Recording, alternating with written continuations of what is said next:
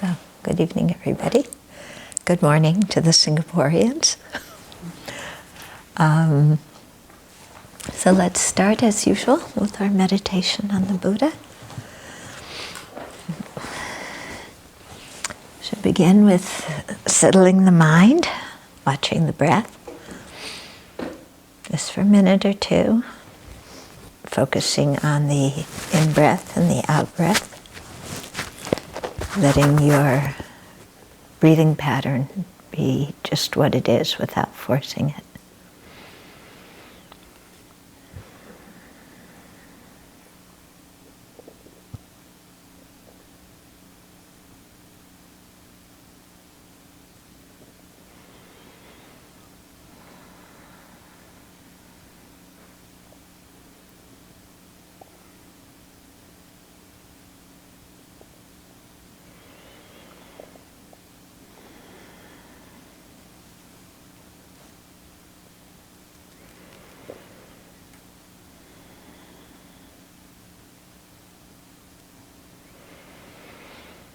Then in the space in front of you, imagine the Buddha sitting on a throne and seats of lotus and then flat moon and sun disk. Right hand in the earth touching position, left hand in meditation position, holding an alms ball.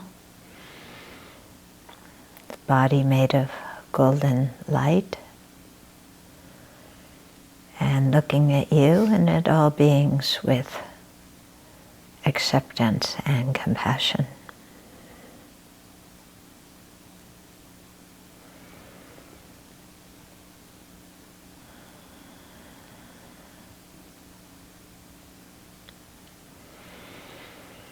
And around the Buddha are sitting all your direct gurus, the lineage gurus,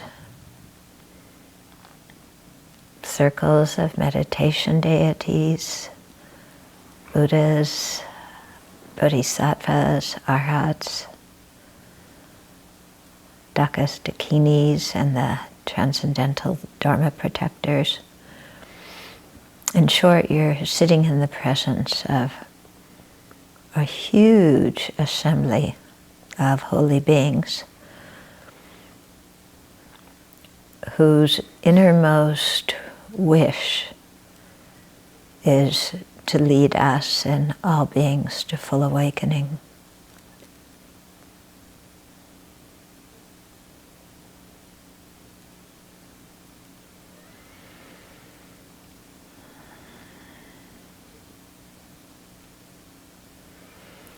And we're surrounded by all the sentient beings.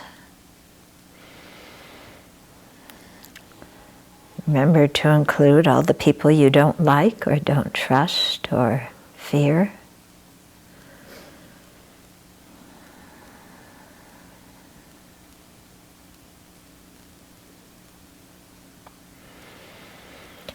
And as we recite and contemplate the various verses, think that we are leading all the other sentient beings in chanting them and in generating the thoughts that the words convey. And so in this way, use the recitation to transform your mind into a virtuous state by contemplating what you're saying.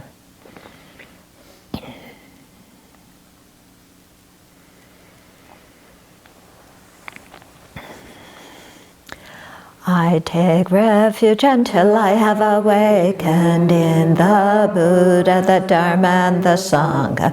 By the merit I create by engaging in generosity and the other far-reaching practices, may I attain Buddhahood in order to benefit all sentient beings. I take refuge until I have awakened in the Buddha, the the Dharma and the Sangha. By the merit I create by engaging in generosity and the other far-reaching practices, may I attain Buddhahood in order to benefit all sentient beings.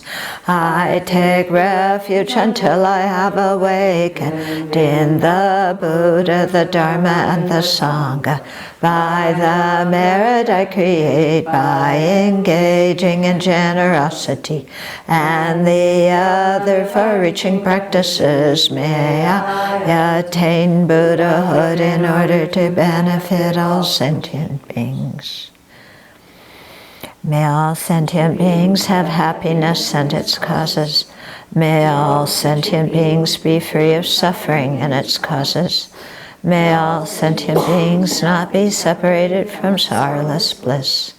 May all sentient beings abide in equanimity, free of bias, attachment, and anger.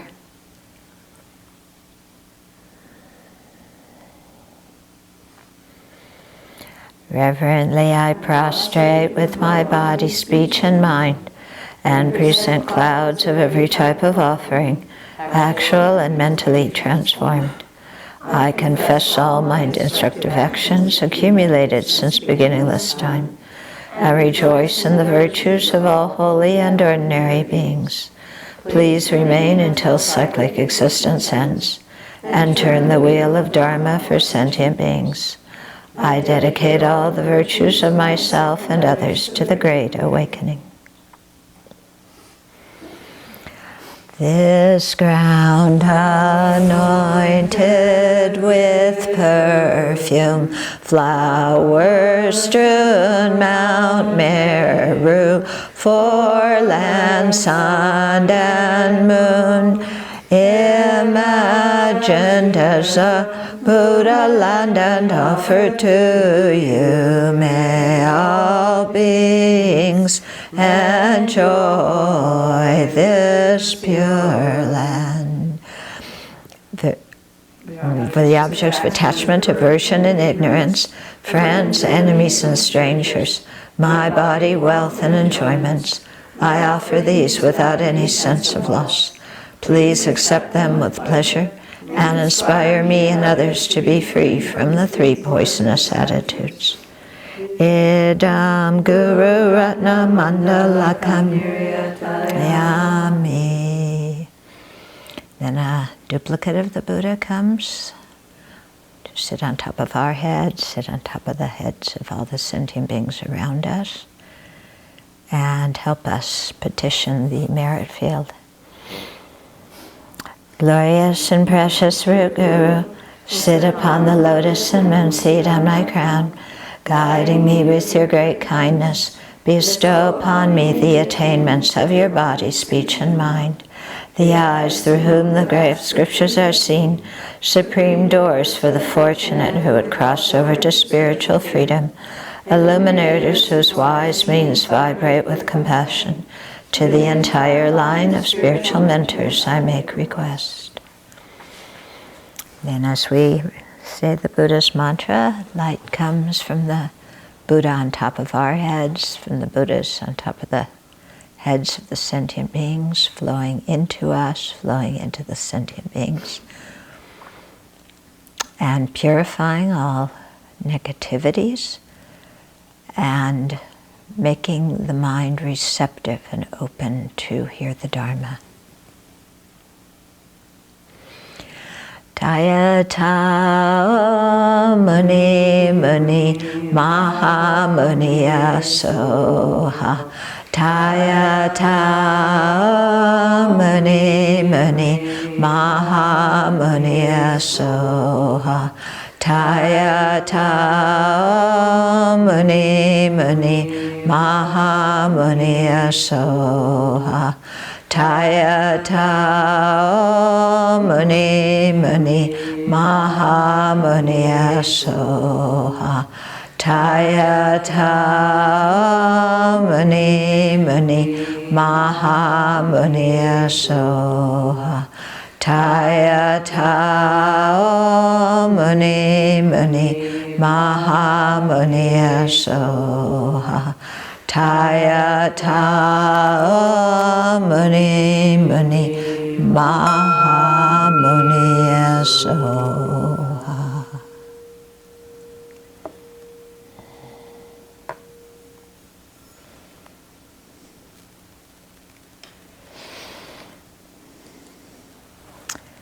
And so now think the fact that I and all sentient beings have been born in samsara and are endlessly subject to intense dukkha, intense unsatisfactory conditions, is due to our having failed to understand that cyclic existence is by nature only unsatisfactory, and to generate a strong wish to be free of it. And then we request, Guru Buddha, please inspire me and all sentient beings so that once we have understood that cyclic existence is by nature only dukkha, we have the strong wish to be free of it.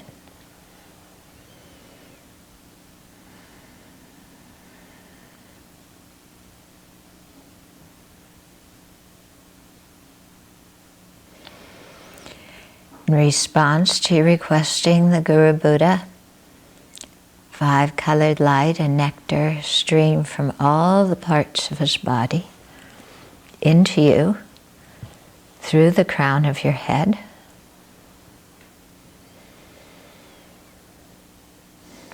It absorbs into your mind and body and to those of all sentient beings, purifying all negativities and obscurations accumulated since beginningless time.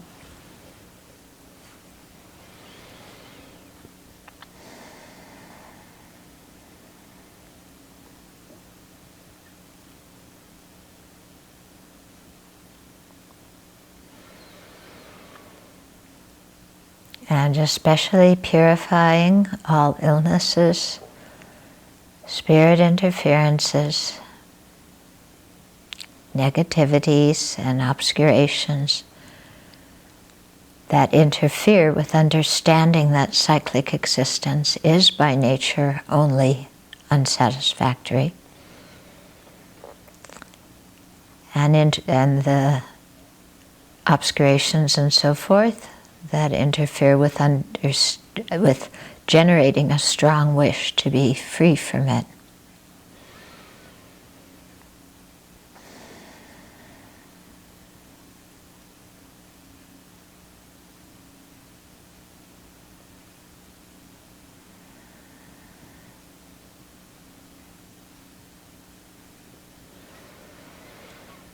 Your body becomes translucent, the nature of light.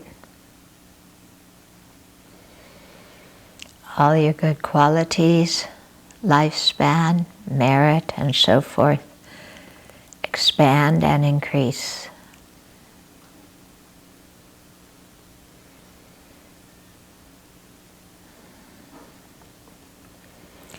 Think in particular that having understood that cyclic existence is by nature only unsatisfactory,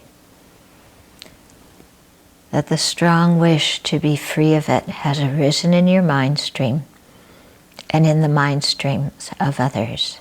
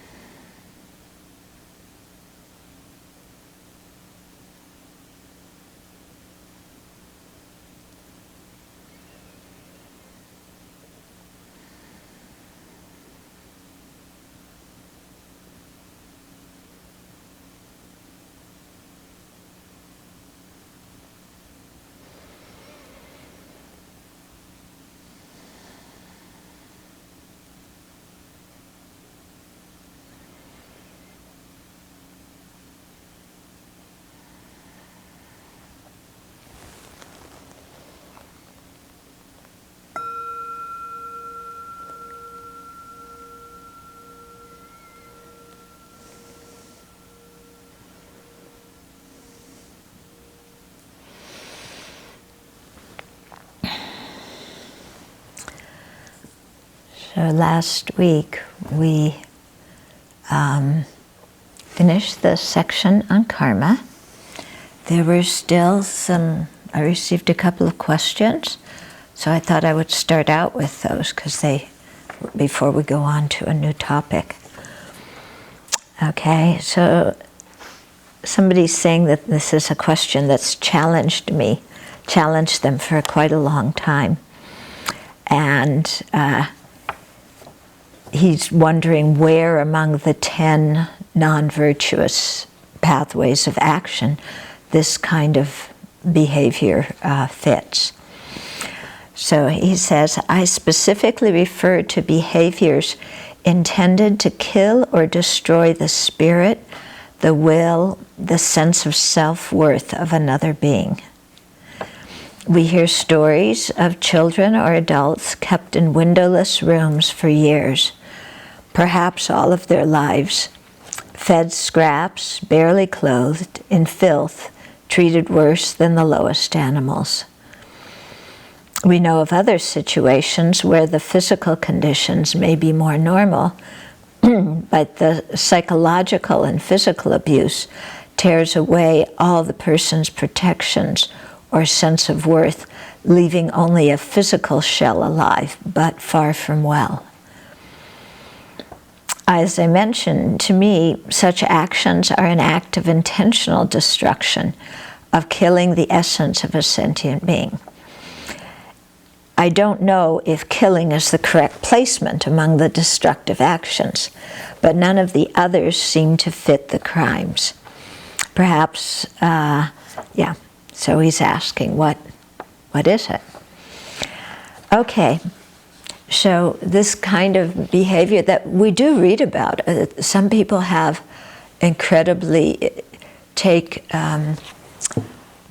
want to control others and take great pleasure out of inflicting suffering on them and controlling their lives.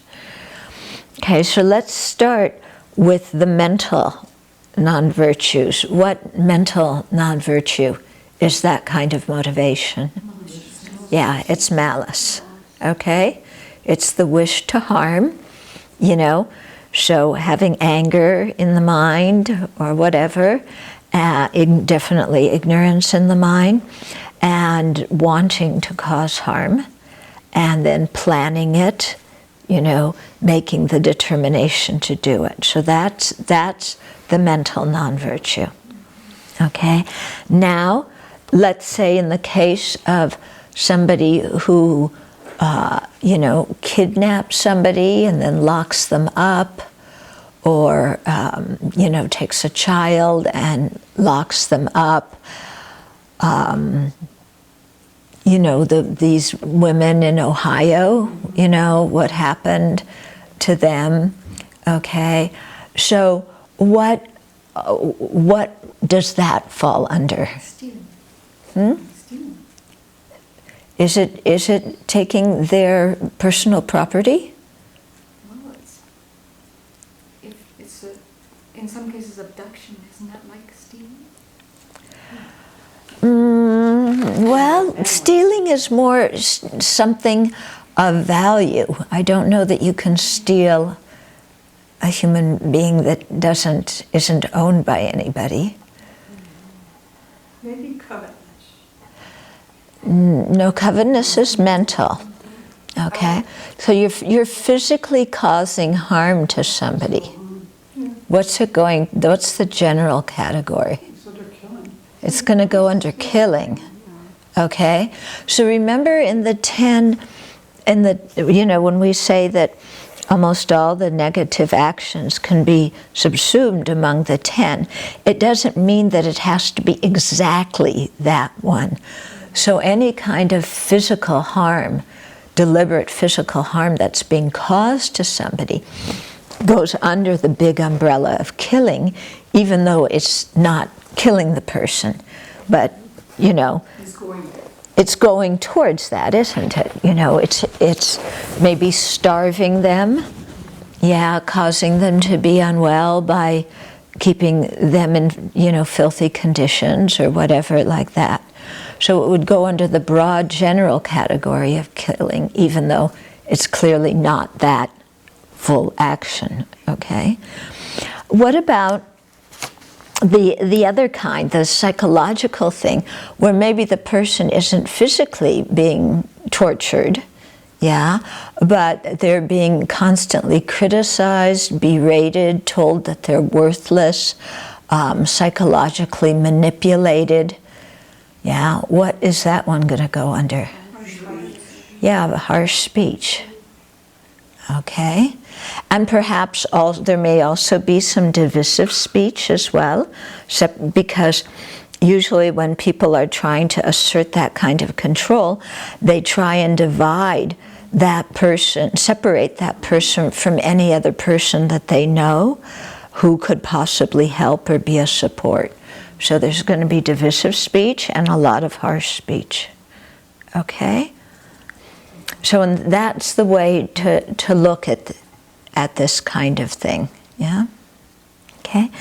Then somebody else had said, thank you for asking this question. Okay, and says, I would add on to this a question about how this relates to the karma of the person who was on the receiving end of this. Okay, is it as simple as just a similar action performed towards another human being in, say, a different lifetime in the case of a child? Abuse of children especially, and the concept of karmic results as being a part of the reason that they are in these situations has always bothered me. Okay, so let's deal with the second part, the fact that thinking that child abuse or when harmful things happen to small children, that bothers us when we think of karma being involved. Okay, so why does that bother us? Because we have a cultural view about the purity of children. Yeah, because we have a cultural view that says children are pure. They came into this life as blank slates with nothing coming from before. Yeah, and this idea that, everybody is, that nobody deserves to suffer. Okay, so it's a cultural view that doesn't include the view of rebirth and karma. Yeah, it's a view that, the kids just kind of popped up as entirely clean slates, right now. But I think any parent would tell you that your kids come into this life with personalities. Yeah, and tendencies. You're a mom, is that true? Yeah, very true, isn't it? They have personalities from the very beginning. They don't come in as blank slates, yeah? So there's bringing, they bring something with them from the previous life. It's hard for us to think, because I think one thing that is difficult is, because we have this cultural view that children are pure and that they're not bringing anything in from previous life. Second, that we don't really believe in karma and rebirth, when it comes down to specific instances. And third, we often think of that kind of abuse as punishment, and then and what did the child do to deserve that punishment? So that I think we need to question, if somebody is abused, is that punishment? Yeah. Well, I had that until not a long time ago. Right. Until I had an experience of understanding cause and effect. Right. That's so clear, but before, I did something wrong, so I'm being punished. Right. So we have this cultural view that when we suffer, it's because we're being punished. God is punishing us because we did something wrong. Okay? In Buddhism, there's no idea of a creator or some kind of, higher being that would punish us for doing things wrong. You know, there's no idea at all in Buddhism that suffering is a punishment. Okay? But we bring that idea in because it's in our culture, and it's in often the theistic religions that we may have grown up with, that idea. Okay? But it's not, it doesn't fit within Buddhism. Yeah, because in Buddhism, things are simply results. They're not rewards, they're not punishments, they're just just results, you know? And Buddha is not the one, you know, rewarding somebody and punishing somebody, because the Buddha is not a manager of the universe and doesn't, you know, dish out the results or the punishments or the rewards to somebody else. It's simply a matter of cause and effect. Yeah. So I think when we really contemplate cause and effect, when we really have some internal conviction about past and future lives that comes from meditating on cause and effect, you know, and meditating on karma, that then we have a more suitable idea of what karma means. We stop seeing it as a punishment. We stop seeing children as blank slates. And we realize that all of us have, you know, we've all done wholesome actions and we've all done unwholesome actions. And that the seeds of these are on our mind streams. Okay, and when they ripen, it's not a reward, it's not a punishment, it's simply a result. Okay, so I think the more we understand that, then the more our mind can encompass this idea that you might have a child, you know, who has a terrible illness or experiences abuse or whatever, and that the cause for that was not created in this particular lifetime. The cause was created sometime in the past when that child was an adult, probably, and did something. Yeah. What is easier for us to think of? You know, it's hard for us to think of the child in a previous life, you know, doing a negative action that is the cause of their suffering. It's much easier if you look at somebody this lifetime who is torturing others or abusing them or beheading them or whatever they're doing, and thinking that person is going to experience suffering in a future life. That is easier for us, isn't it? Yeah, if we see the cause, you know, somebody committing a really damaging cause right now, to think that will ripen in their suffering in a future, that our mind doesn't feel as inconsistent. But when we go to the result and look back, if it's a child and we're looking back, then we feel, oh, we don't like that, it doesn't fit in. But do you see, it's basically the same thing, whether we're going from now until the future or from the future back to the past. It's still the same thing of causes, you know.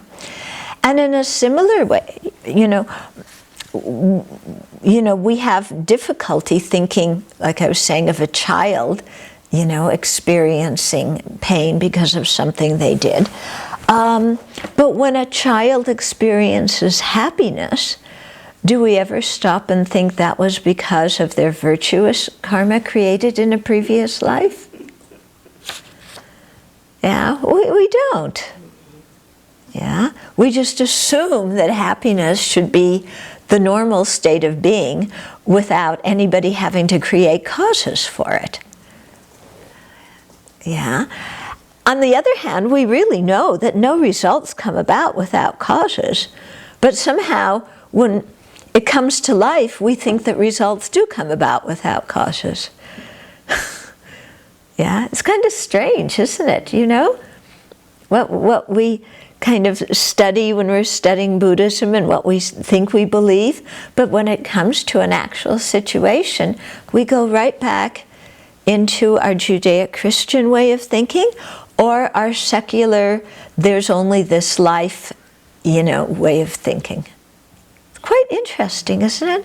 So this is showing that we really need to do much more contemplation on the Dharma, not just listening to the teachings, but really thinking about them and really applying the teachings to the situations that we see in our lives. Yeah, and when children have happiness, say, wow, this is a result of their own wholesome actions created in previous lives. And isn't that wonderful that they're having this good result now? Okay. So I hope this helps the people who ask the questions.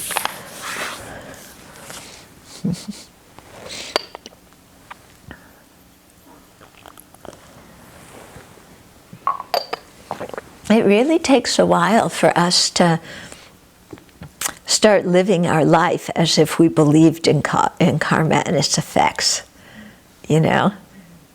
because it takes a while to really sink in and to make our decisions based on that. Yeah? One after that, you said that it's easier for us to see the suffering of, the cause what we said now in the future, Yeah. and to see the causes of the suffering now. I wonder if it's because, we have this kind of afflictions, the reactions towards suffering we are facing now, observing, for example, on general, it's an indicator for attachment to the present body, maybe ourselves or maybe the other person. Mm-hmm. So that's why it might be easier, not so easy to look at it and to see even further what caused the suffering. I'm not sure I understand. You're saying when we're looking at the present, looking towards the future, but we're attached to this present body. But we're talking about if somebody in one life creates, let's say, harmful karma, in the future life they'll experience suffering. Right, and you say that this will be easier, that this is normally easier for us to think. Yeah, I said that's easier for us to understand. Because the suffering is not present yet, but if you look at the person who's suffering yet, and then to look, that's the past creation, that's more difficult because we have this affliction, the reaction towards the suffering, Okay, so you're saying one of the reasons it's hard for us to go from looking at the result to the cause is because we have an instantaneous dislike of the suffering to start with. Grasping to the body, Yeah. ourself or the other's body. Yeah. Yeah. Okay. So to conclude that section on karma, okay, our text, what we had gone through was the way to meditate on it and the important points to contemplate. And I think it's very good for people to do these checking meditations, analytic meditations on karma and its effects. Okay, and then the point that came after that is the way to conclude the meditation session is as before. So remember that as before meant that we dedicate the merit for the benefit of all sentient beings and so on. And then it says, between meditation sessions, read canonical and exegetic works that explain the topics shared with the initial level of practitioners. Okay? So the way to conclude the session is similar, and what to do between sessions is similar. In other words, to study the sutras, to study the commentaries, and to purify, doing prostrations, vajrasattva, and so forth, to accumulate merit. You having a nice nap? Accumulate merit, by making mandala offerings, offering water bowls, and so on. Okay, and here it's especially encouraging us to study the texts that explain the meditations that are in common with the initial level practitioner. So remember, we have the 3 levels of practitioner.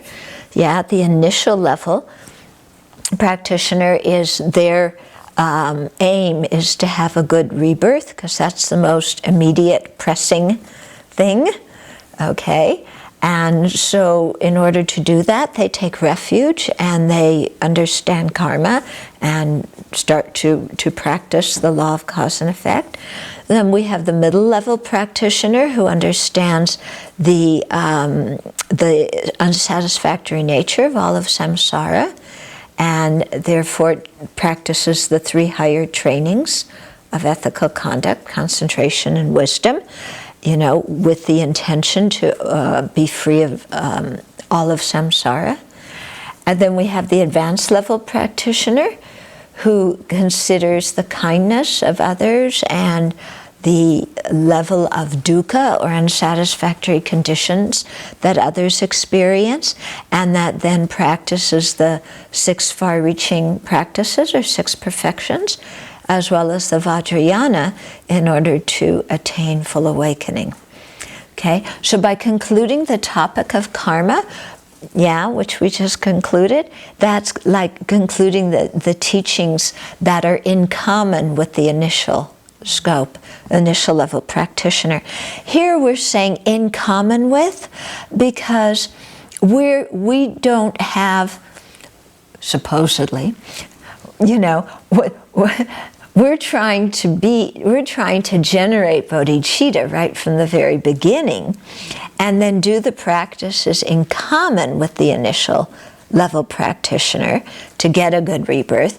Not because a good rebirth is an end in itself, but because we need that in order to continue to practice and create all the, you know, incredible causes and conditions to become fully awakened.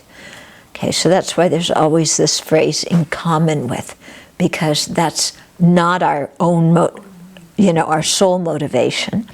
On the other hand, we don't just say, well, I want to be an advanced level practitioner, so I don't need to do these practices because they're for initial level practitioners, because we need to do them, you know, why? Because death is coming and we don't know what we're going to be reborn as after we die, and we need to make preparation, because without having a good rebirth, you know, liberation and full awakening certainly aren't going to be possible. Okay? So then we go on. So we're starting a whole new section. So this is training the mind on the stages of the path in common with intermediate beings, or shared with intermediate beings. Okay, so this has different outlines. The first is to develop the aspiration for liberation. And, you know, to do that, we have to establish the nature of the path leading to liberation. And in doing that, we have what to do in the actual meditation session, what to do between the sessions. And in the actual meditation sessions, we have the same outline as before, the preliminaries, the actual meditation, and the conclusion. Okay, so the preliminaries are before to do, you know, the meditation that we did at the beginning of the session. You know, if you're doing it on your own, you can put in, I really abbreviated that meditation. You can add more parts to it and expand it. And then, so that's the preliminaries. And then for the actual meditation, okay, and then as part of the preliminaries, you make the request. Yeah, so that was the request that I read at the beginning. Okay, I'll read it again now. The fact that I and other sentient beings have been born in samsara and are endlessly subject to intense dukkha is unsatisfactory conditions, is due to our having failed to understand that cyclic existence is by nature only unsatisfactory, and to generate a strong wish to be free of it. And then we request the Buddha on our head, Guru Buddha, please inspire me and all sentient beings, so that once we have understood that cyclic existence is by nature only unsatisfactory, we have the strong wish to be free of it. So that's the whole mental state that we're trying to cultivate in this meditation, you know, that is establishing the nature of the path leading to liberation, okay, of the intermediate level being. And then we do that visualization, you know, as we did with the light and nectar coming and purifying ourselves and making us receptive. Okay? Then the actual meditation for this topic has two parts. One is contemplating the dukkha, or unsatisfactory conditions of samsara, cyclic existence in general. And two, contemplating the specific kind of dukkha. Okay? So, then there's another request that actually explains here the sufferings of samsara in general. So I'll read it and then we'll really go into talk more in depth about the details. Okay? So it says, while meditating with the Guru Buddha on your head, reflect. Although by correctly practicing the ethics of abstention from the 10 non-virtues, I may attain a happy rebirth and avoid the sufferings of a bad rebirth, unless I attain a state of liberation that eradicates all dukkha, I will never know a moment of true happiness. It is like great criminals who are about to be executed in a month's time, and meanwhile undergo torture daily, being beaten and burnt with drops of hot sealing wax. Through their connections and so on, some are able to avoid the torture of being beaten. They are nevertheless aware that the painful moment of execution is approaching daily, and so never have a moment's peace.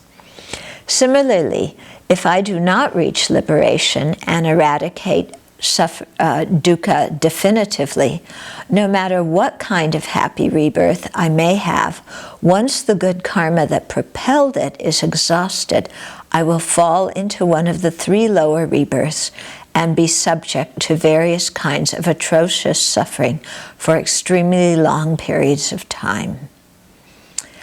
Okay, so let's just talk about this to start with, yeah? So, yeah, it's pretty strong, isn't it? Yeah. So it's saying we may be practicing the ethics of abstaining from the 10 non-virtues, you know, by following karma and its effects, and in that way attain a happy rebirth and avoid a really awful rebirth in the next time. However, that's only a stopgap measure, because as long as our minds are under the influence of ignorance and afflictions and polluted karma, you know, we aren't really free, because we're still the ignorance is gonna make us generate more arrogance and attachment and greed and anger and resentment and all those things. And out of that we're gonna create karma, because we're gonna be doing actions, so we'll still be in the whole cycle of rebirth, even though we may temporarily have a good rebirth, you know, like this lifetime, you know, for a short period of time, yeah. But we're still subject to going round and around and around in cyclic existence, because none of these states are permanent. So they give the example of somebody, you know, who is a criminal who is going to be executed, or maybe who isn't a criminal. They were, you know, captured by ISIS, and, you know, they're going to be executed. And in the meantime, they're having pain and torture every day, yeah. And some of them may be able to talk in a certain way or whatever, and have a little better situation on a day-to-day basis, but still the execution date is going to be there, and so they never really can enjoy their happiness.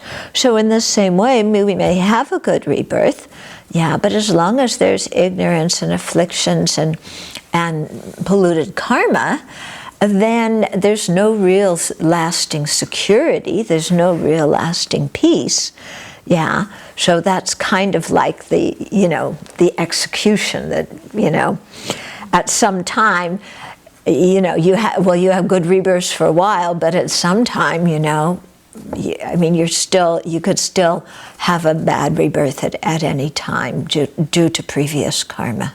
Okay? And so seeing that, then we want to really, seeing that we're not totally free from the unfortunate rebirths, and that even in the fortunate rebirths we don't have, any kind of stable happiness, then we want to generate a very strong intention to be free from all of the misery of cyclic existence whatsoever. Okay? So that strong intention is sometimes called the determination to be free. It's sometimes called renunciation. Okay? Renunciation, people think, oh, renunciation, what suffering? You're not renouncing happiness. Renunciation is wanting to get rid of suffering and the causes of suffering.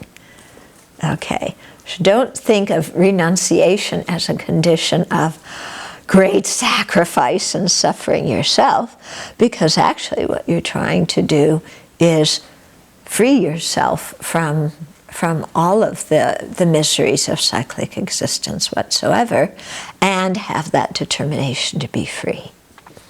Yes? It is hard, though. It is hard, yes. Because, like, attachment to food, and to see that, how strong it is. Yes. Say, no, I'm not going to have that. To practice renunciation. Mm-hmm. It is not easy. Yeah. To practice renunciation means combating our attachment and our anger.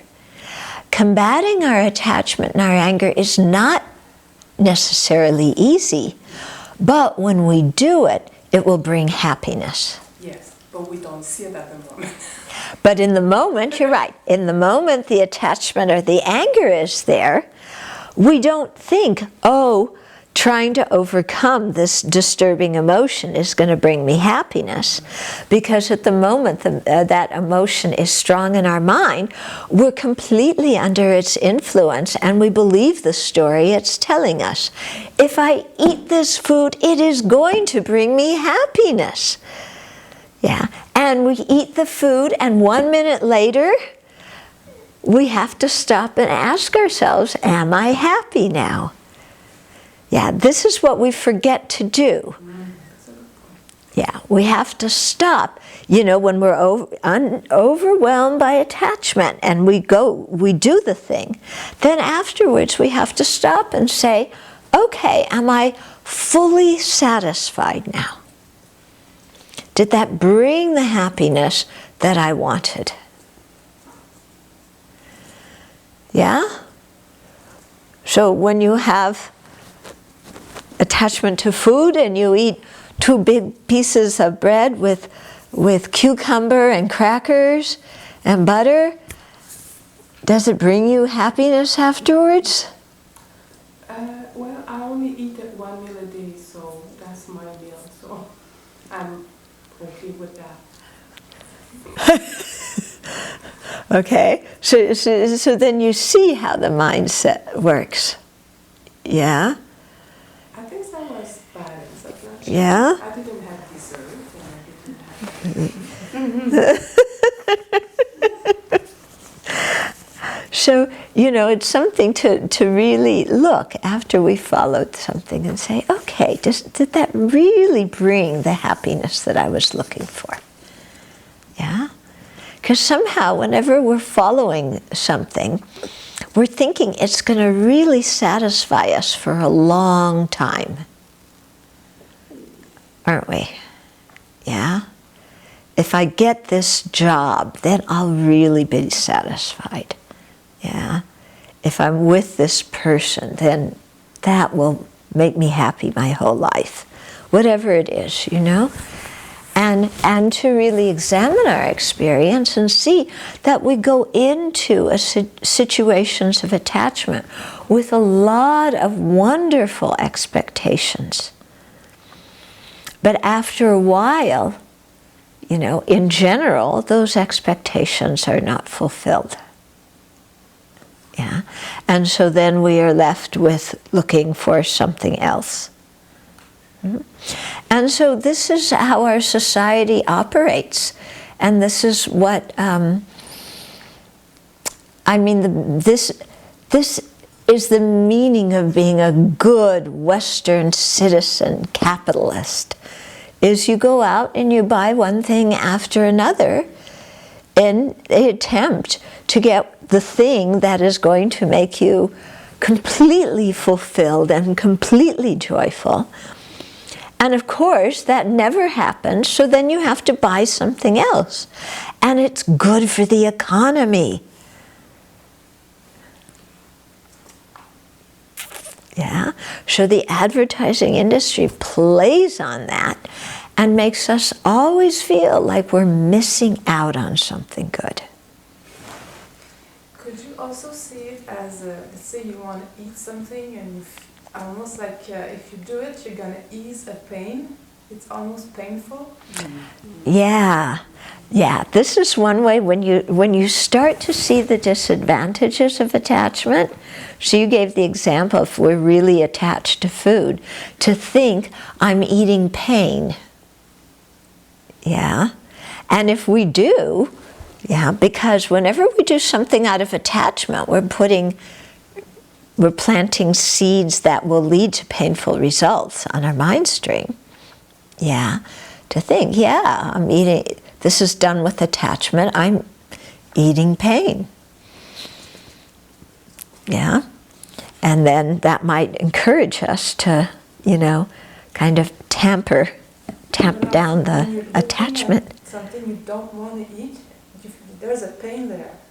Yeah. It's painful, the situation is painful, and you kind of, when you eat it, you feel relieved for a short time. Yeah, for a very short time you feel relieved because when there's greed and attachment in the mind is unhappy.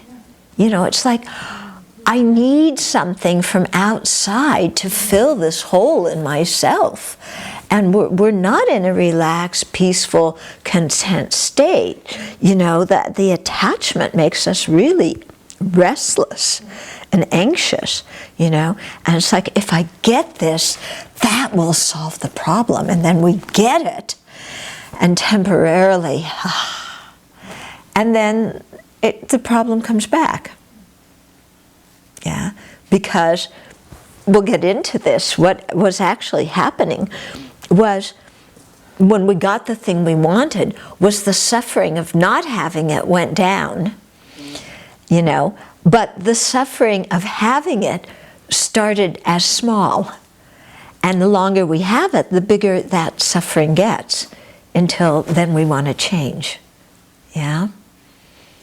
Like standing up and sitting down. You're tired of standing, so you sit down. After a while, you're tired of sitting down, you want to stand. You're lonely, so you want to go be with friends. After a while, you're with friends, you just want to be alone again. Yeah? So it's showing, you know, when we watch our mind, our fickle mind, nothing, you know, can satisfy it. Yeah?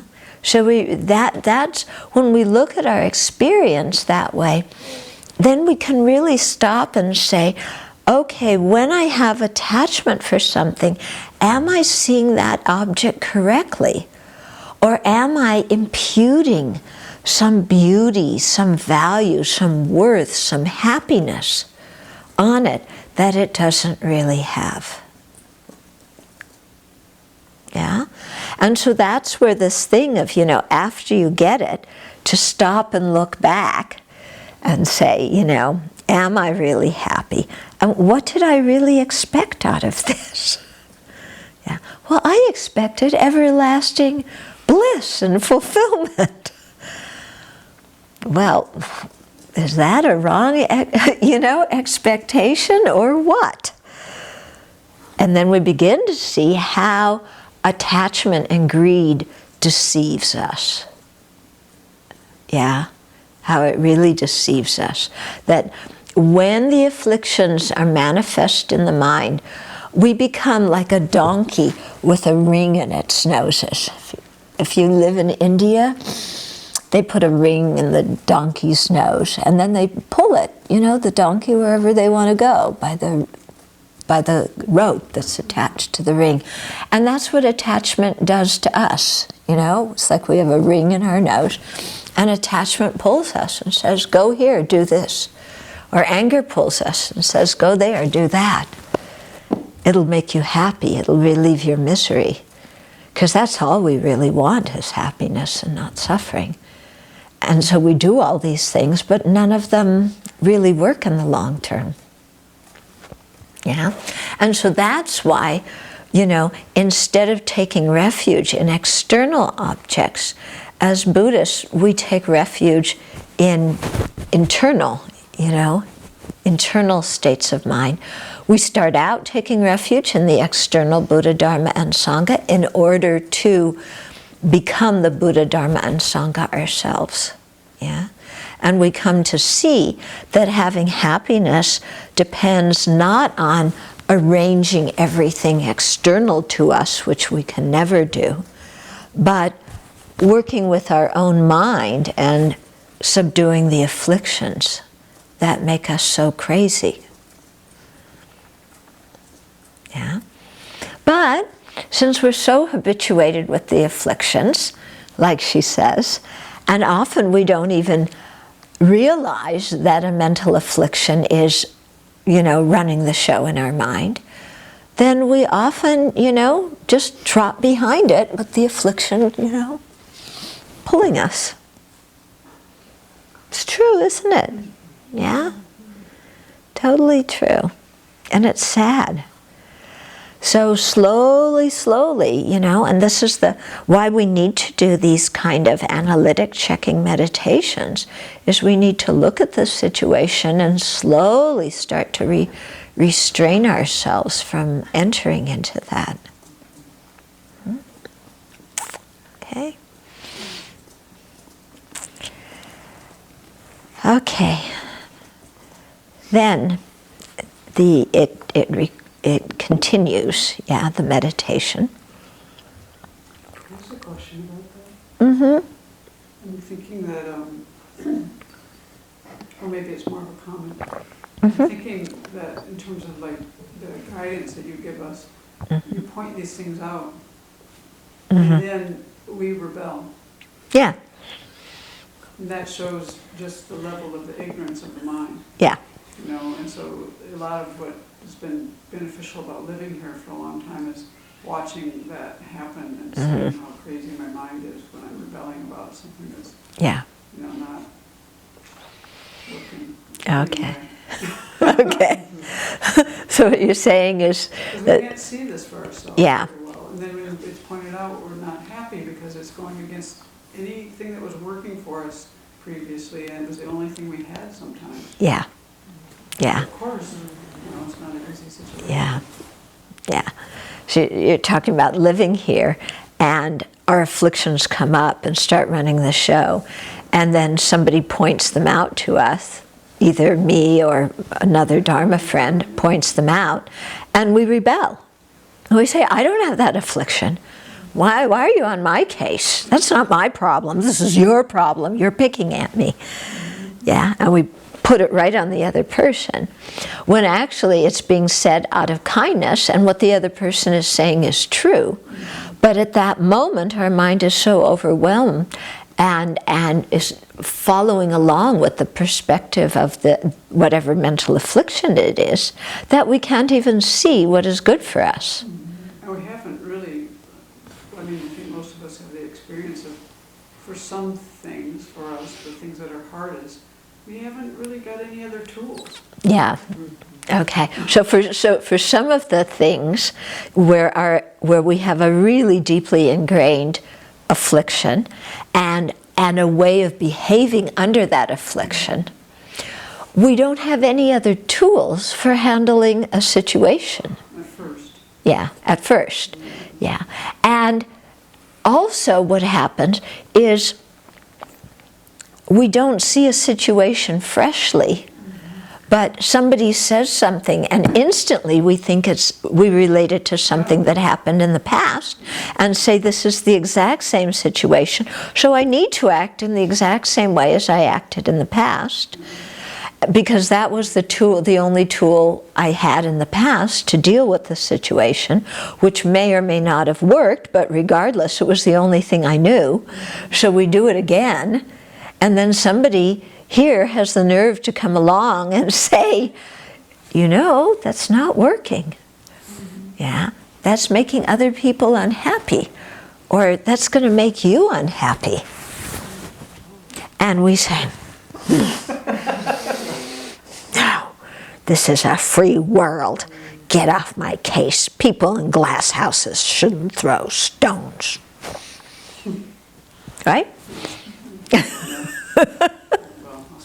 And then we think, I'm so proud of myself because I'm assertive. I'm asserting my needs.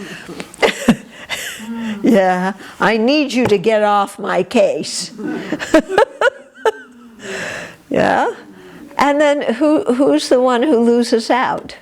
We're the person who loses out. Okay, so you know it's very, very helpful for us, you know, to have this perspective of, okay, I have certain emotional habits and I have certain behaviors that I rely on when those emotions come up. And those, you know, I need to sit and look at those behaviors and do like a little recap in my life of that, you know, those habitual behaviors and really see if they've worked for me or not. Have they brought happiness to myself and others? Or have they only dug me further in a ditch? And what other ways could I feel about the situation instead of having mental affliction? And what other kinds of behavior could I try, you know, in that situation instead of the same old thing? Yeah. And so this is where meditation is really essential, because we need to take the time to stop and observe what's going on inside of us, observe our behavior, and do this kind of questioning and analysis. Mm-hmm. This closing reaction, is it ego? Yeah. Yeah, when we shut down and we say, leave me alone. Yeah, yeah, that's definitely ego. Yeah. And so very often somebody may be telling us something that's really useful and really helpful, but we just completely, you know, it's like, get out of here. I don't want to hear this. You're bossing me around. You're criticizing me. Yeah, you don't appreciate me. Yeah. Sometimes I actually think it can be done and you even know the person cares, but you can't handle it. Yeah. Yeah. Yeah. You know, I mean, just right then, you just can't quite Yeah. handle that, seeing that about yourself. Yeah. Yeah. So you're making progress when you get to the point where you can say, there's mental affliction, somebody's saying something that is helpful, but I can't handle it at that moment. That still is progress from where we were before. Because before, we weren't even aware there was a mental affliction, and we didn't even see the other person as trying to help us. So just even seeing those two things is progress. Okay? Yes, the affliction's too strong at this moment, but at least we're able to see that it's present. Yeah, and then later we can go back over the situation and replay it in our mind, and, you know, in our mind try and think in another way. Okay. Okay. So, moreover, yeah, once born in cyclic existence under the influence of karma and afflictions, I cannot avoid a condition that is by nature unsatisfactory. Okay, and so here it's going to list 6 kinds of unsatisfactory conditions that apply to samsara in general. Okay, so the first one is that there's no certainty. So the text says enemies become friends and friends become enemies. There is no certainty regarding harm and help. And that's true, isn't it? Yeah? People who were friends become enemies. People who were enemies become friends. Somebody helps us one day, they harm us the next day. Somebody praises us one day, they criticize us the next day. They praise us the next day, then they criticize us again. You know, there's no certainty in anything that we're experiencing. Okay? Yeah, we have food one day, we don't have food the next day. It's hot one day, it's too hot one day, it's too cold the next day. We feel well one day, we feel sick the next day, we feel well the day after that. You know, there's no certainty. Then 2 is in cyclic existence, there's no satisfaction. So this is where Mick Jagger really got it. Okay, I can't get no satisfaction because I'm in cyclic existence and there is no satisfaction to be got in cyclic existence. Okay, so instead of his song being a complaint, he's telling the truth. Okay, so there's no satisfaction. So it says, the text says, when I enjoy samsaric pleasures, I cannot possibly feel fully satisfied and enhance my attachment, which elicits endless and abundant dukkha. Okay? So if we look, you know, when we enjoy samsaric pleasures, you know, sense pleasure, yeah, seeing nice things, doing fun activities, hearing nice music, good food, good smells, good tactile sensations, going to the beach, going skiing, being with our best friends, getting an award, you know, all these kinds of things, yeah, then none of them bring full satisfaction to us. They bring us some, what we call happiness temporarily, but that happiness doesn't last forever, okay? And we get attached to that happiness. We want to recreate it. We want more and better, yeah? And we can't get it. So actually the attachment, the greed leads us in this cycle of behavior that leads to more and more frustration, okay? Because we're always looking outside for something else that's going to satisfy.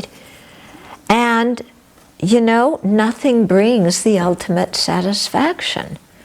We're always left where we were after a while. And sometimes we're left worse off because when we got what we wanted, we said, now this is it. Our expectations went sky high, our attachment went sky high. And then when we can't get more and we can't get better, then we collapse. There's a bigger distance where we collapse, okay? So we can see especially situations where our attachment has created this wonderful scenario. I'm going to do this, and then I'm going to do this, and then this is going to happen, and then that's going to happen, and I'm going to feel this way, and I'm going to feel that way, and this is going to be so good. And we have it all planned out in our heads. Yeah. And then reality doesn't comply with our daydream. Okay? And we were so attached to our daydream, you know. Now I got my green card, all my suffering is solved. Okay? Now, I got this wonderful email from somebody apologizing to me. Now, all my suffering is over. I got somebody offered to the Abbey the biggest, best chocolate cake forever. Now I'm going to be happy. Yeah? And it goes on and on. Oh, there's Buddha boy. Oh, he's going to bring me happiness forever. Yeah. Or Buddha girl. Yeah. Or even Princess Mahakaruna. Yeah. We got a kitty. She's going to bring us everlasting happiness.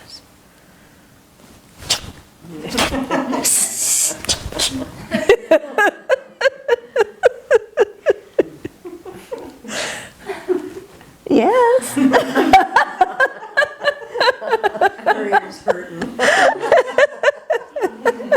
You're right, we're talking about you. Okay. So no satisfaction. The third,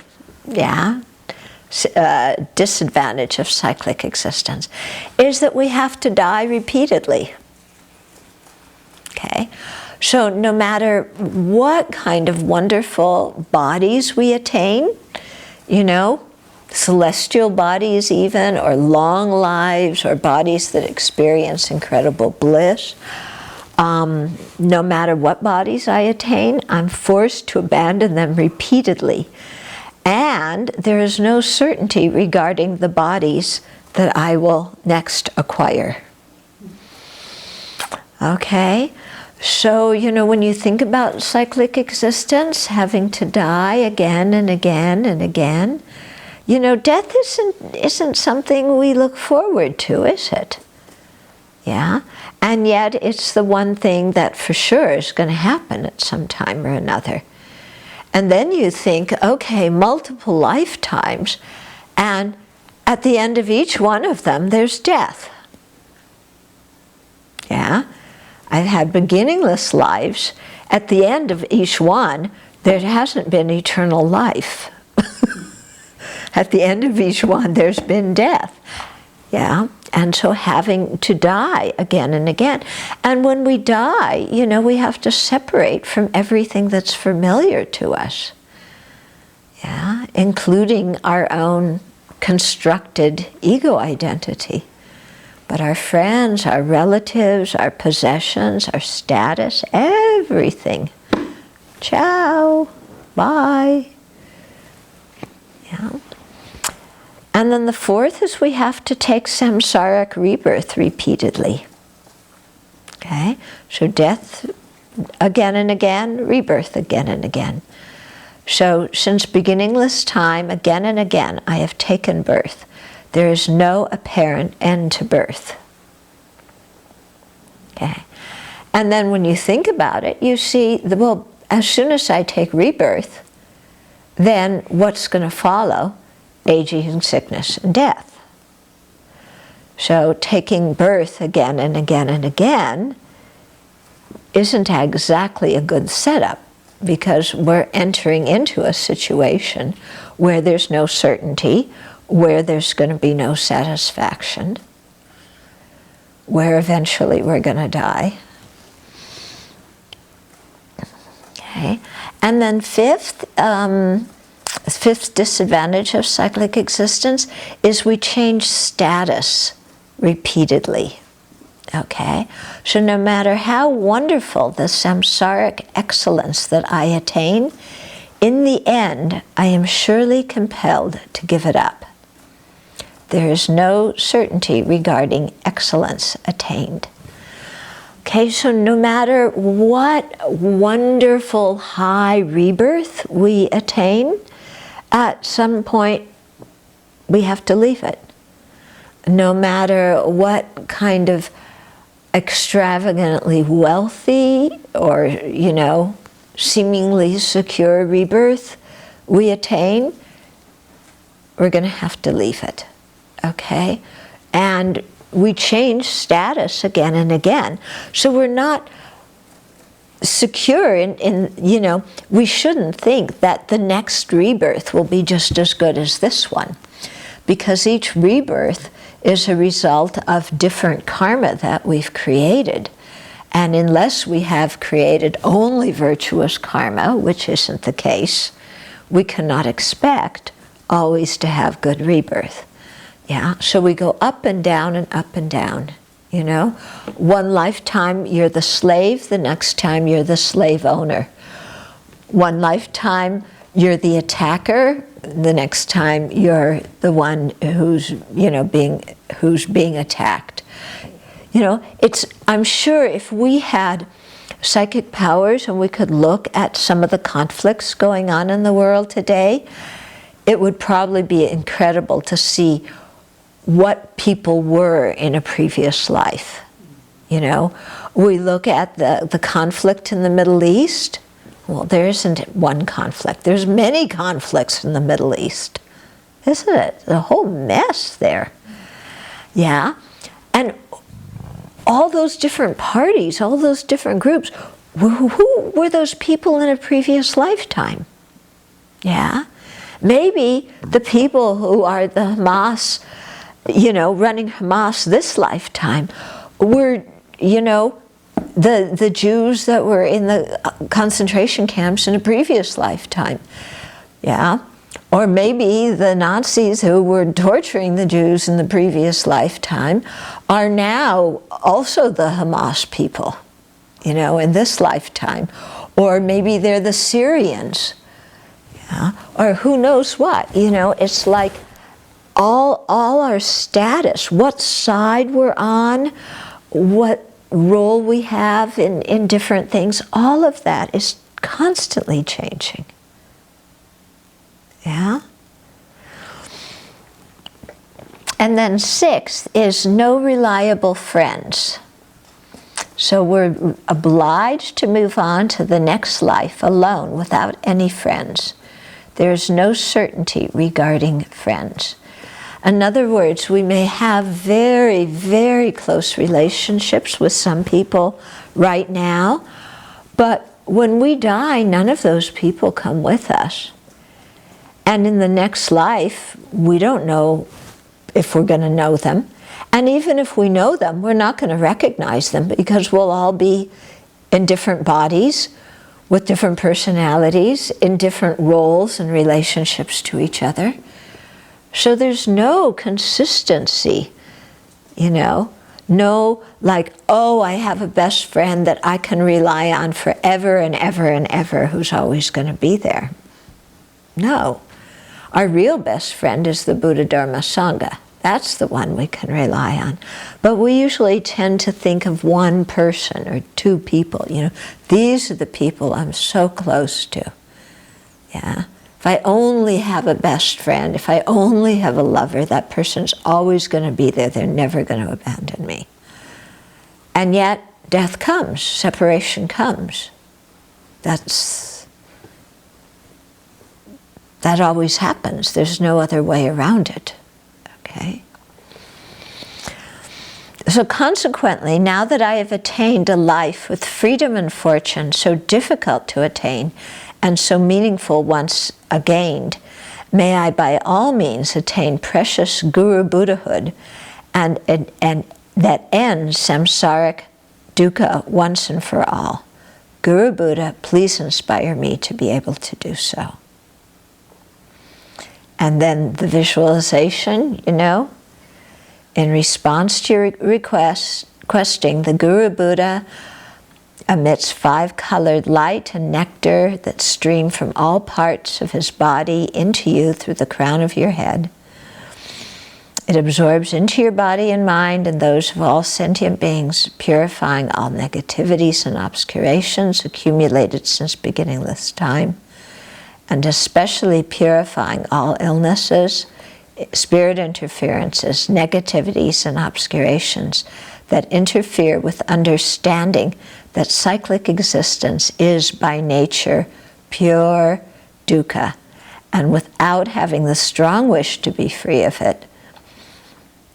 And no, purify the obscurations that interfere with understanding that samsara is pure dukkha, and to have the strong wish to be free of it.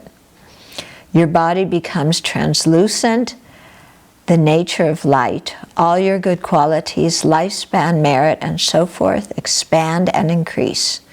Think in particular that a superior realization allowing you to attain precious Guru Buddhahood that ends all samsaric suffering once and for all has arisen in your mind stream and in the mind streams of others. Okay. So, questions, comments? Yeah. So when I hear the sentence, no certainty of the body I next acquire, next life, that brings discouragement in my mind. So I don't think I'm looking at this properly. So how can I use that to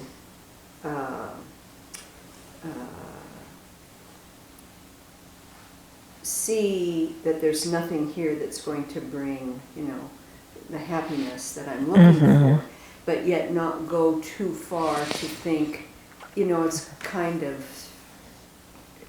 of hopeless. Okay. There's too much. Okay. So when you hear that there's no certainty in the kind of rebirth we're going to have in the next time, you feel discouraged, and so you think you're not seeing things properly. So how do you have a motivation to keep on practicing without getting discouraged when you hear this kind of thing? Okay, so there's a few points here. One is, this is, if we think of ourselves as somebody who doesn't care beans about Dharma, then definitely what our future rebirth is a total grab bag. Totally uncertain. Because you don't know anything about Dharma, you don't practice restraining negativities and practicing virtue, you let your mind do whatever, run towards whatever it's running towards, then of course there's going to be no certainty. Okay? Then, in terms of yourself as a spiritual practitioner, yeah, it's true, there still is no complete certainty, yeah, because we haven't purified all the karma. We do have negative karma on our mind stream. We're making a strong effort to create a lot of virtue, and we're dedicating for liberation, for awakening, and thus for a good rebirth. So we're doing something about it, but still we aren't at a level where everything's completely A-OK taken care of. Yeah. It's like you worked in the medical field, so you can see, I'm sure you've seen many people who are recovering, but they're still in the process of recovering. It's not so totally sure that they're going to recover completely, because still there's so many different factors that are going on, and they could catch another virus and slip back, they could fall and trip, something could interfere with the recovery. So it's like that. As a Dharma practitioner, you're going in the right direction, so you definitely want to keep going there. But you can't just kind of sit back in a complacent way and say, oh, it's all okay now. Yeah, because that would be like somebody who, just had surgery and says, oh, I'm feeling better the day after surgery, so I don't need to follow the doctor's orders anymore now. Yeah, that would be foolishness. Okay, so it's the whole idea of don't let yourself become complacent. Yeah. Okay? Thank you.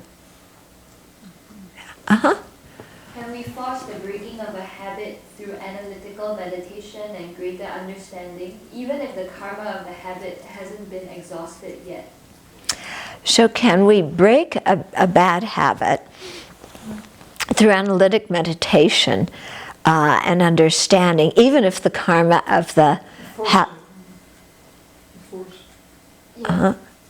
can we force to break a habit or break a habit through an analytic meditation, even if the karma of the habit hasn't run out. I want to know, how do you know that the karma of the habit hasn't run out? How do you know that? Yeah? And what does it mean, the karma of the habit hasn't run out? Does that mean that you are predestined to keep doing that you have absolutely no choice? Or is that our mind kind of making an excuse? Yeah? So, I think the Dharma is really trying to get us to use wisdom, to develop wisdom through doing these analytic meditations. And so when we have wisdom, it becomes much easier to oppose the bad habits. If we squeeze ourselves, sometimes we just make ourselves tenser. Okay. Now, people love when I say that, because then they say, oh, I'm not going to squeeze myself, so I don't feel like getting up tomorrow morning. I don't want to squeeze myself and push myself and become more anxious, so I'll sleep late tomorrow morning. And I'll sleep late the next morning too, because if I get up early, I might be anxious. And so I'll skip my meditation practices, because by the time I get up, then it's too late to do them anyway. And if I do them, I'll just be pushing myself and be anxious. Okay, that is number 7,133 in the book of excuses of why I can't practice the Dharma. Okay? So, we have to be skillful in dealing with our mind, but we should not use the Dharma as, or the advice of our teachers as an excuse for our afflictions. Okay? We should continue to meditate and develop understanding, and as we develop understanding, we can, it becomes easier and easier to change the habit. Okay? And some habits we just chip away at gradually. Yeah? Some habits you cut quickly, others you chip away gradually. And each person's quite different. Yeah? We just had somebody here at the Abbey. He was telling me that when he had to fill out the long application to come here, we have a question about, do you drink or take recreational drugs? And he said when he came to that question, he had to be honest, and he said, yeah, I drink a few times every week. And then after he filled out the application, he said, I gotta stop that. Yeah, that's not, drinking a few times a week is not helping me. And so he told me he just stopped, just filling out the application. He stopped drinking. He hasn't drunk in like 2-3 months. And he said, his whole life is so much better now. So for him, stopping that habit, he just did it, and that was it. But you can see he did it because there was some kind of understanding of like, this is not serving my happiness or the happiness of anybody around me. Yeah. Then for other people, it's much more difficult. They want, they need more help, they need more encouragement or reminders, or, or they need to really contemplate the disadvantages more. Okay? Yeah. If you have good relationships with siblings and friends this life, and you wish that in future lives you will meet again and learn learn the Dharma in future, and also wish they will meet good spiritual mentors. Are these considered attachment?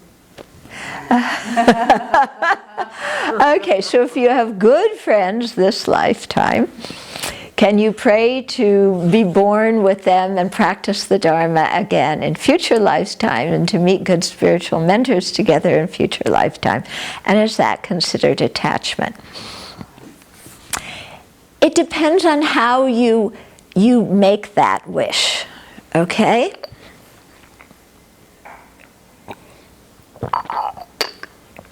If you make that wish because you have genuine care and concern about your friends and you want them to be able to practice the Dharma and meet good teachers, and you yourself want to have good Dharma friends, and so your motivation is completely, one of a Dharma wish, then that's not attachment. If you're seeing that other person as some inherently existent person, there's my inherently existent friend, and we're going to be best friends next lifetime, or we're going to be a couple again next lifetime, because I'm inherently existent and they're inherently existent, and I'm going to have the same personality and they're going to have the same personality, then I would say, yes, that's attachment. Okay? But in general, if you're just making good aspirations, it's wonderful. I think it's nice. Don't just leave it with the people that are your Dharma friends this lifetime. Expand it to other people. But, when you have good Dharma friends and these people are a good influence on you, and you have good teachers, I think it's quite good to it doesn't have to be the same people, but may I have, really good Dharma friends like these in the future. Yeah, and of course I care about these people. I don't want them to have a lower rebirth. So, but if we wind up in different universes, it doesn't matter. May we all be practicing the Dharma anyway. Okay? When contemplating the temporary nature of happiness, it makes us appreciate the moments more. And for suffering, knowing that it won't last, lessens the desire to escape. How do you recommend contemplating to counteract this? Okay, so it's saying that when you think of the fleeting nature of happiness, it makes us focus on that momentary happiness even more.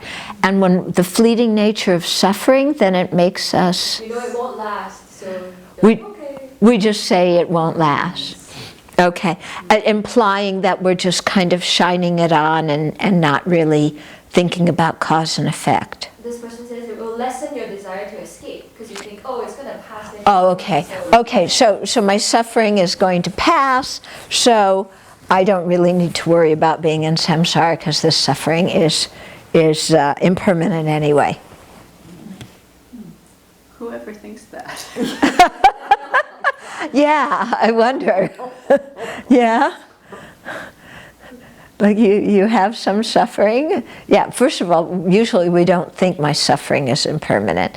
And usually if we do think my suffering is impermanent, it helps us practice fortitude and not be overcome by the suffering. Okay? For a special person who says, my suffering is impermanent, therefore, la-di-da, I don't need to, follow karma and its effects. That's pretty ignorant, isn't it? Yeah, I don't know. Do people really think that? If any of you... When a person that used to live here, we ran into this thing of not being able to really grok that these things are temporary, and because for them it was like, you can just move on to the sufferings, if you keep eating, it's going to be suffering, well, just quit. So you live in moderation your whole life. Oh, okay. You know what I mean? And you can just go on, go on, go on, go on. Yeah. And I think that at some point you realize that it's so futile. Yeah. Okay, so you're saying one example would be somebody who just eats in moderation so that they don't get to the suffering right. And then when stage. they get bored with this, they do that. So Yeah. it's continually change, so the sufferings never get too high. Yeah, yeah. You just live your life in distraction. Yeah, live your life in distraction so that none of the sufferings get too intense. About this thing of saying, you know, that the happiness is temporary and therefore getting more attached to it, that I can see people doing, you know, kind of instead of saying it's temporary, so there's no use getting attached to it. You know, they say it's temporary, I've got to try and make it last forever. Yeah, but that's quite ignorant, isn't it? If it's temporary, why get attached to it? Yeah? Okay, maybe the person who asked the question could give some examples? Yeah? In the meantime, while they're writing it, we could do another question. If there is one, no? Okay, yeah? I'm thinking of people that I know who are totally not interested in religion, but they're very ethical people and they live kindly. Mm-hmm. They're making no aspirations for anything because probably at the end of this life, that's it. And so I'm just wondering how we all make it through this huge barrier, and there's even a flicker of interest in the Dharma. And is it just this ethical lifestyle that just creates merit? And over time, maybe you hear something that sounds reasonable and then you get going? Yeah, okay, so you're asking, how do we even get to meet the Dharma? Because you know many people this lifetime that are very ethical, kind people, but they have the view of there's only this lifetime and after that, zip. So they don't make any aspiration prayers or try and direct their good karma in any way, and they aren't worried about it being destroyed by getting angry or having wrong views. So in that kind of case, you know, they're creating some good karma, but how in the world are they going to meet the Dharma? You know, because that necessitates something else happening. Yeah. I think that happens by seeds getting planted on the mind, or maybe the person thinks, yes, I'm living a very good life, but an ethical life, and I'm happy with that. But I wonder what else there is beyond the happiness that comes from living an ethical life. You know, that thought may come into their mind, and then they may start exploring, you know, a spiritual tradition, or perhaps in a previous life, yeah, they were a cat who heard many Dharma teachings, and now they're being born as a human being, and there's some kind of feeling of, oh yes, Dharma is very relaxing. I feel so calm and peaceful. I feel very loved when I'm around the Dharma. So there's some attraction to it. Are you purring? Yeah. This is a question related to, I think, something that came up in the last teaching Uh-huh. person. Why is going to psychics counterproductive from the view of the Dharma? Why is going to psychics counterproductive? Why is going to psychics counterproductive from the viewpoint of the Dharma? Because psychics, do they know the future for sure? Yeah. Do they, you know, is what a psychic tells you the truth? Yeah. That's number one. Second of all, how do you behave around a psychic? You know, if you believe what a psychic tells you, are you going to listen to the Buddha's advice? Yeah? If a psychic tells you, oh, you're going to meet the most fantastic man next year, and then you think, oh, good, you know, forget the Dharma, I'm just going to, you know, keep my eyes out because I'm supposed to meet this fantastic partner. And then, you know, so, you know, just look, how does your mind behave when you hear advice from a psychic? And two, why do you trust a psychic's advice? And why do you not trust the Buddha's advice? Yeah, because I remember my teacher saying this, you know, if you go to a psychic and a psychic says, you know, you're going to get sick. Yeah, you're going to get really sick. You get very concerned. Oh, the psychic said I'm going to get sick. Okay, I better do some purification. I better, create some merit. I better start taking my vitamins and getting some more sleep and doing this and this and this and this. The psychic said it, whatever the psychic told you to do to prevent the illness, the psychic tells you stick your head in a bucket of ice water 5 times a day. You do it. In fact, you do it 6 times a day because the psychic told you that will ward off the illness. Okay? The Buddha tells you you have a body that is susceptible, aging, sickness, and death. Sickness is going to come. And you say, yeah, so what? I'll worry about it when the sickness happens. Yeah? Buddha tells you purify, create merit. Yeah, so that you don't suffer. Later. Yeah, it's so interesting, yeah, to watch our reactions to psychics, or watch your friends. The psychic tells you something, 100, 200, 300, you'll give anything to the psychic. You go to the temple, you hear a Dharma teaching, Buddha gives you, even better advice. 50 cents. Yeah. It's true, isn't it? It's true. Yeah. There's one temple in Singapore, the Waterloo Temple. It's on because it's on Waterloo Street. Okay, it's a Kuan Yin temple. Okay, people go there and they do they throw these sticks and these different things and they get fortunes.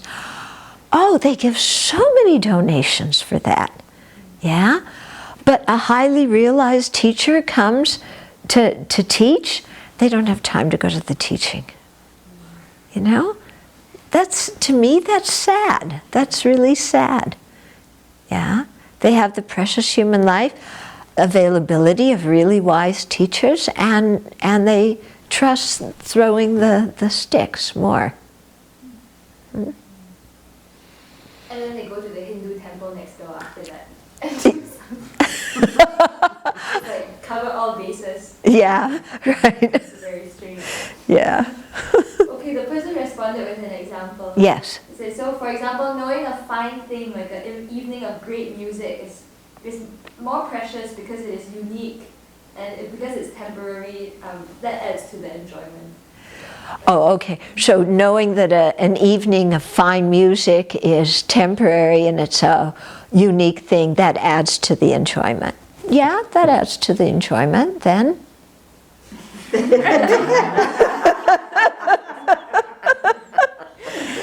Yeah? Then what? 2 more questions. Okay. One is following up on, and then how do we account for events that psychics predict coming to pass? How can you account for events psychic exist coming to pass? Because sometimes people may have some knowledge of the future, but it's not necessarily reliable. And also, I have no psychic ability, but I can tell you next year you're going to get sick. Because if you look every year in your life, do you get sick at least once a year? I feel like I had 1 year, my freshman year, I didn't have an illness. Yeah. That was weird. I was like, I haven't been to a doctor in a year. What's wrong with me? Yeah, right. Yeah.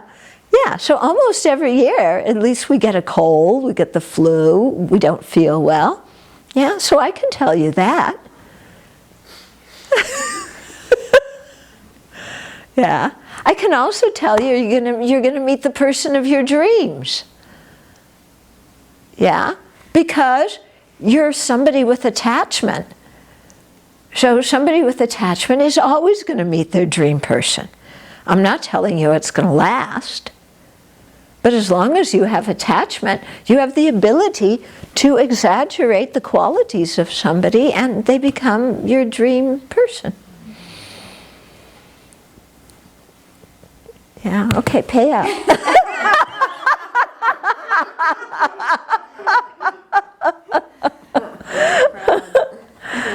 Yeah? I mean, if we think about samsara, yeah, what happens in samsara? Every year we're going to have some happiness, we're going to have some unhappiness, right? Yeah? Every year somebody's going to praise us and somebody else is going to blame us. Yeah? Every year we're going to have some relationships that go really well and some relationships that are full of conflict. Yeah? Yeah?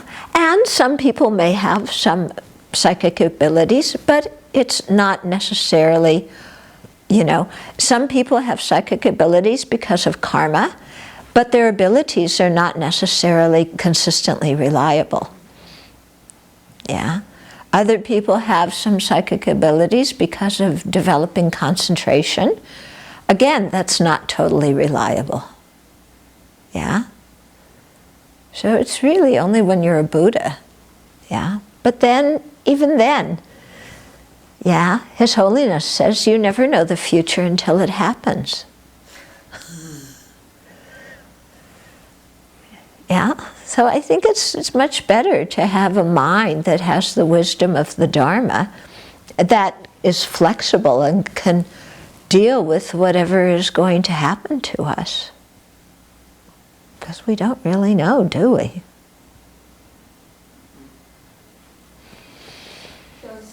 Someone had a broader question, but he wants to hear your thoughts in the context of karma. Okay. What are your thoughts on virtual sanghas, I guess like connecting with people through Twitter or even watching video, teachings via live stream? How can we best benefit from this? Okay, so what about, basically about using technology for the Dharma. Okay, so Twitter, yeah. So in 140 characters you can get some profound Dharma advice. You know, or you know, listening to live streams and so on.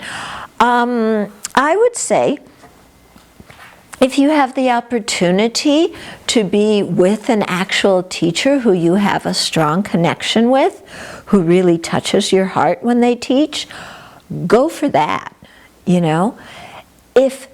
If your teacher lives in one place and you live in another one and you can't go all the time there, then, you know, do it by streaming, listen by streaming and so on. Yeah, but try and make an effort to see your teacher every year. Yeah, if, you know, and when you listen, you know, on stream, really kind of take it seriously. Yeah, and listen attentively and don't put your feet up and, you know, be drinking, you know, having a hot fudge sundae and smoking a cigarette at the same time you're listening to your Dharma teaching. Okay, yeah. So, I mean, I think there's no substitute for real live human beings. Yeah, so go for that whenever you can. And when that's not possible, then yes, by all means, use technology and so forth. Yeah. The thing that I am a little bit concerned about is some of these chat rooms, because I'll have people sometimes send me advice or some Dharma point that they learned in one of these chat rooms, I guess, because you go to different things where somebody asks a question, different people answer it, so on. Yeah, and so some of the people are having a discussion, but they don't necessarily have correct information. So I think if you're going online for the Dharma, you have to really use your wisdom and go to sites where you're going to get reliable teachings, where you're not just going to have Joe Blow or whoever is signing on that day giving their opinion, and you're, you know, understanding it as the truth, you know. Okay. Okay. So, that's it. the spiritual teachers who lead me on the sacred path, and all spiritual friends who practice it have long life.